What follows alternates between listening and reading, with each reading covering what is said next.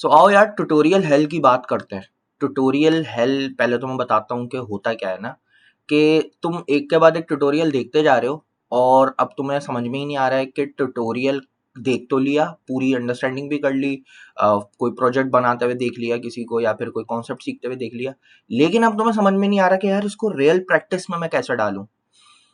ये एक स्टेट है जो कि डेवलप हो जाती है जब आप बहुत ज़्यादा कंटेंट कंज्यूम कर रहे होते हो, लेकिन आपको समझ में नहीं आता कि इस सब कंटेंट को कंज्यूम करने के बाद मुझे मिलेगा क्या और मैं इसको कहाँ पे यूज़ करूँगा एक्चुअली।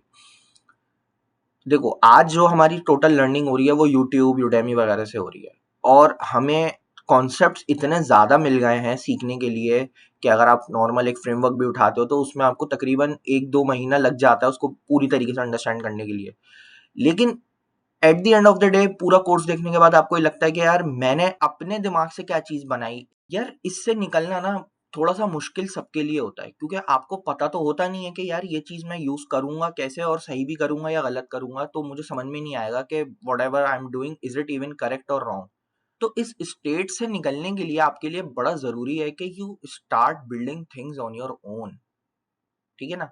आप कोई भी फ्रेमवर्क सीखते हो, आप कोई भी चीज सीख रहे होते हो प्रोजेक्ट्स बनाने के लिए, उसको आपको अपने यूज में डालना है। बेसिक अगर आप डीएसए ऊप भी सीखते हो तो उसके लिए भी आपके लिए बड़ा जरूरी है कि यार डीएसए के अंदर तो चलो आपको प्रॉब्लम्स मिल जाते हैं लीड कोड वगैरह के ऊपर, आप जाके अपने आप को जज कर सकते हो। लेकिन और जो चीजें हैं, डीबीएमएस है, ऊप है, ये सब चीजें यूज करने के लिए आप कहते हो कि मैं कहाँ जाऊँ, तो भाई उसके लिए सिंपल सिंपल मैं आपको बता देता हूँ कि आप प्रोजेक्ट्स बनाओ। ठीक है।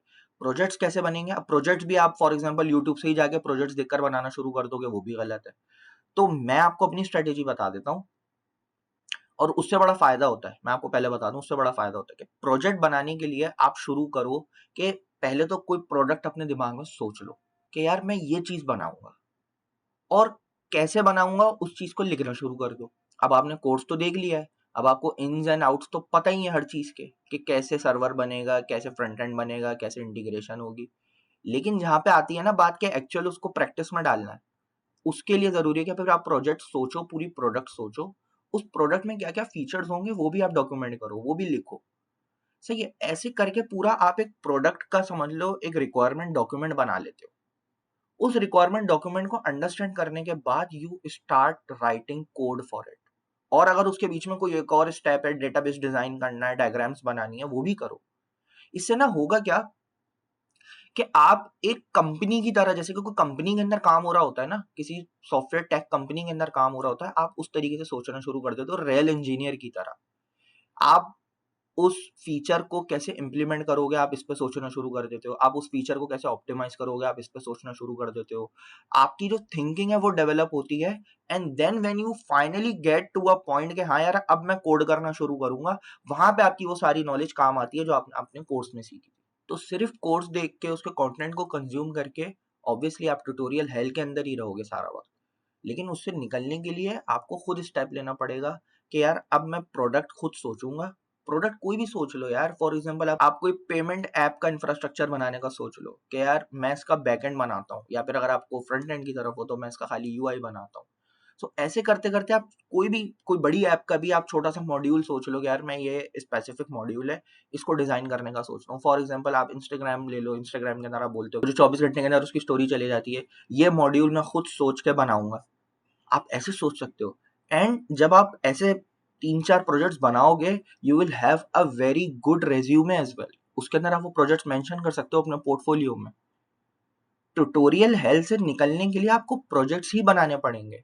And since you are a student, आपको कोई प्रोजेक्ट्स देगा नहीं, या फिर आप अपने करियर के अंदर बहुत अर्ली स्टेज के ऊपर हो और आपको अपने स्किल सेट को डेवलप करना है, तो आपको कोई प्रोजेक्ट्स देगा नहीं। फ्रीलांस में भी आपको कोई प्रोजेक्ट्स नहीं देगा। वहां पर आपको थोड़ा सा प्रोएक्टिवली खुद ही काम करना पड़ेगा, क्योंकि अब आपको जो इनिशियल लेवल की नॉलेज थी वो कोर्स आपने देख लिया। उस कोर्स को प्रैक्टिस में लेकर आओ और वो लेकर आओ अपने दिमाग से प्रोडक्ट सोच के। उस कोर्स में जो प्रोजेक्ट बन रहा है वो किसी काम का नहीं है, वो 1000 बच्चे बना रहे हैं जिन जिन ने वो कोर्स लिया हुआ है, सब वो प्रोजेक्ट बना रहे हैं। आप अपना कुछ बनाओ।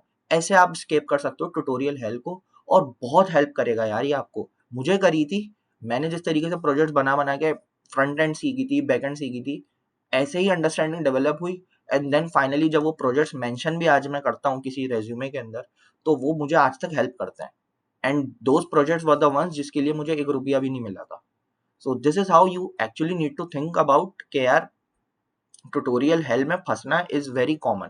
ट्यूटोरियल हेल से निकलना यही एक रास्ता है जिससे आप ट्यूटोरियल हेल से निकल सकते हो.